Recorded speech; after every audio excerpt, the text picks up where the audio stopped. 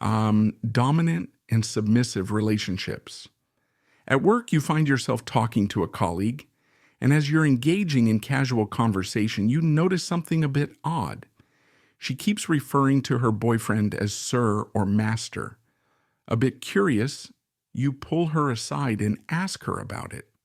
With a smile, she explains that she's in a dominant, submissive relationship where her partner takes full control and she enjoys being under his authority. This type of relationship involves two people where one partner assumes the role of the dominant, often called the dom or the top, while the other plays the submissive role, referred to as the sub or bottom. The dynamic revolves around a consensual exchange of power, which can range from subtle to intense. The key to such a relationship is mutual agreement. Both partners need to establish what's acceptable and what isn't. It's a foundation of trust, respect, and clear boundaries.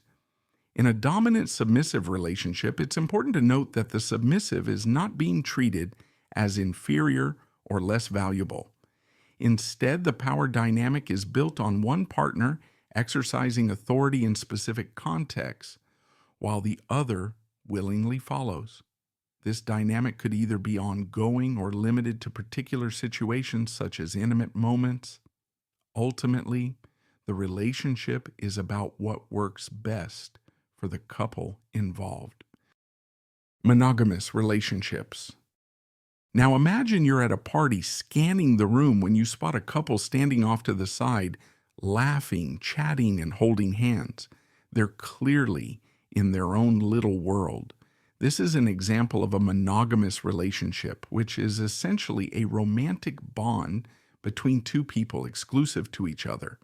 It's like a special club where there's no room for plus ones, just the two of them. In a monogamous relationship, the foundation is trust and fidelity. You both agree to be romantically and intimately involved with one person and no one else. It's about building a stable, long-term connection. You might have heard the phrase, putting all your eggs in one basket, but in a monogamous relationship, that basket is a shared commitment to each other. Of course, even the best monogamous relationships can be challenging. Think of it like a three-legged race at a family reunion. At first, you're stumbling, trying to sync your steps, but eventually, with communication and teamwork, you start moving smoothly. It's about learning to support each other's growth, quirks, and feelings. A successful monogamous relationship is about choosing each other day after day, even when things aren't perfect. It's that simple yet profound promise of all the people in the world, you're the one I want to argue with about how to load the dishwasher for the rest of my life. Polygamous relationships. Now picture this. You're out at the mall and you meet an attractive man. You chat, exchange numbers, and later he invites you to meet his friends. When you arrive, you're surprised to see that there are 4 women, all of whom are in serious relationships with him. As bizarre as it sounds, this situation is not uncommon in a polygamous relationship, where one person has multiple romantic or sexual partners, all of whom are aware of each other. Unlike cheating, where secrecy reigns, polygamy is built on open communication and consent. It's like being at a romantic buffet where everyone knows and agrees on the available choices. That said, managing multiple relationships can be a challenge. You might need a shared calendar or even a group chat to keep track of birthdays, special dates, and schedules. In a polygamous relationship, jealousy is generally discouraged, and instead, compersion is practiced, feeling joy when your partner finds happiness with someone else. Think of it as being happy that a friend gets to eat a meal you didn't join, but the meal is love and connection in this context. People in polygamous relationships may believe that one romantic connection isn't enough to fulfill all of their emotional or practical needs, and they see love as an abundant resource that can be shared in different ways. Karmic relationships.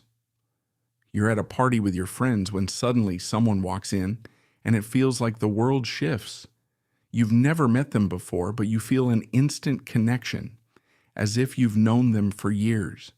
You get lost in conversation, sharing everything from your childhood memories to your current fears.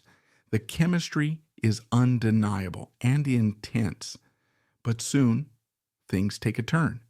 One day, everything feels perfect, and the next, you're fighting over the smallest things. This is a karmic relationship. It's believed that you and this person have unfinished business from a past life, and the universe has brought you together to resolve it. Karmic relationships often feel overwhelming, with fast-moving highs and lows. The connection can be magnetic, but it's also a source of intense emotional tension. In a karmic relationship, you're essentially paired up to work through emotional baggage or past karma. The universe isn't concerned with making things easy for you. It's more about pushing you out of your comfort zone. Often these relationships are challenging and are not meant to last forever. Once the unresolved issues have been addressed, the relationship may dissolve, leaving both parties with important life lessons. Open relationships. You finally get out there and start dating again after being single for a while. On a Tinder date, you're having a great time, and then the topic of relationships comes up. Your date casually mentions that he's married, but his wife is okay with him dating other people because they have an open marriage. An open relationship or open marriage is where two people are committed to each other but also agree to date or have intimate experiences with others. It's like having a favorite pizza place, but sometimes you get to try a slice from a different pizzeria. The key to this type of relationship is openness and honesty. Everyone knows and agrees to the arrangement. This is not cheating because there's full consent and transparency. Open relationships rely on clear boundaries, frequent communication, and trust. They require more patience and honesty than most people are used to, but for those who practice it, the freedom and lack of pressure can feel incredibly liberating. It's not for everyone, but for some, it's a more flexible approach to maintaining a connection with a partner. Long-distance relationships. Imagine you're in a long-distance relationship. Your partner lives far away, maybe in a different city, country, or even continent. It's a bit like playing a video game on hard mode. You can't just visit them whenever you feel like it, or binge watch a new Netflix series together. Instead, you stay connected through texts, calls, and video chats. Long-distance relationships require patience, trust, and a lot of effort. You have to be creative about staying emotionally connected, whether that means sending "wish you were here" selfies or falling asleep on FaceTime. But despite the distance, many couples find that these relationships strengthen communication and trust in ways other relationships might not. For many, long-distance relationships are rewarding because they force both partners to focus on emotional connection and communication, making the moments when you are together even more meaningful. But it takes effort, consistency, and a strong foundation to keep love alive across the miles. Casual dating. Casual dating is the perfect blend of fun and freedom. You might enjoy someone's company, go on dates, and maybe even share a physical connection, but with no pressure for exclusivity or commitment. It's like enjoying a free sample at a buffet. You get to taste a bit of everything, but there's no expectation to stay or commit to one thing. The key to casual dating is that it's lighthearted. There are no labels, no expectations of exclusivity, and you both remain free to explore other connections without feeling guilty. However, it can get tricky when feelings start to develop. You may find yourself wanting more than just casual encounters, and that's where things can become complicated. Keeping it light while keeping emotions in check can be challenging, but many people enjoy this type of dating for its freedom and lack of long-term pressure. Rebound relationships. Breaking up can leave you heartbroken, and after a tough breakup, your friends might tell you the only way to get over one person is to find someone new. You quickly jump into another relationship, hoping to fill the emotional gap left behind by your ex. What you've entered is called a rebound relationship, a quick emotional fix after a breakup. Rebounds are often used to distract yourself from pain or to avoid being single, but they rarely heal the wound properly. It's like trying to patch up a broken arm with a Band-Aid.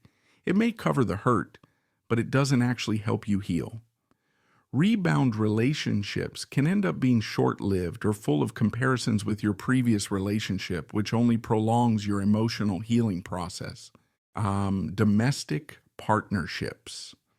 Sometimes living alone can feel lonely or just too expensive, and you wish you could share your life without all the formality of marriage.